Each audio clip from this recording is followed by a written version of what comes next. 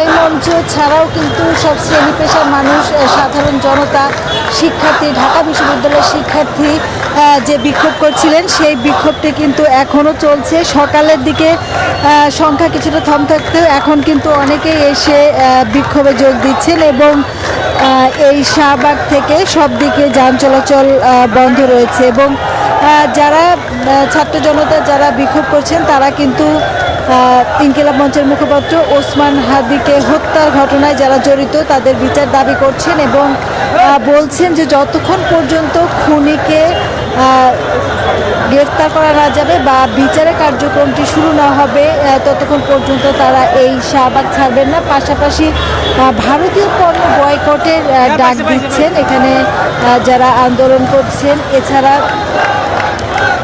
তারা অন্তর্বর্তী সরকারের সমালোচনা করে আসলে এই যে হাদির খুনি কীভাবে পালিয়ে যাবার সুযোগ পেল এই জন্য তারা সরকারের সমালোচনা করে উপদেষ্টা মণ্ডলীর বেশ কয়েকজন উপদেষ্টাকে পদত্যাগের দাবি জানিয়েছেন। পাশাপাশি বিপ্লবী সরকার গঠনের একটি দাবিও তারা এই শাহবাগ থেকে জানাচ্ছেন।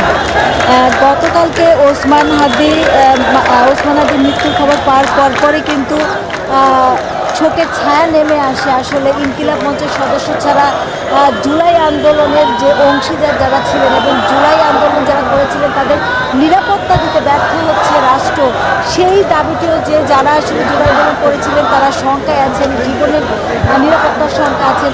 পাশাপাশি ওসমান হাদির খুনি তাকে এখন পর্যন্ত গ্রেফতার করা যায়নি। এই সব কিছু মিলিয়ে বিক্ষোভ করছেন, স্লোগান দিচ্ছেন এবং তাদের দাবি বাস্তবায়নের পক্ষে তাদের যে অবস্থান এই অবস্থানটি থাকবে এই যে ছাত্র জনতা, ইনকিলাব মঞ্চের সদস্য, শিক্ষার্থী যারা আছেন।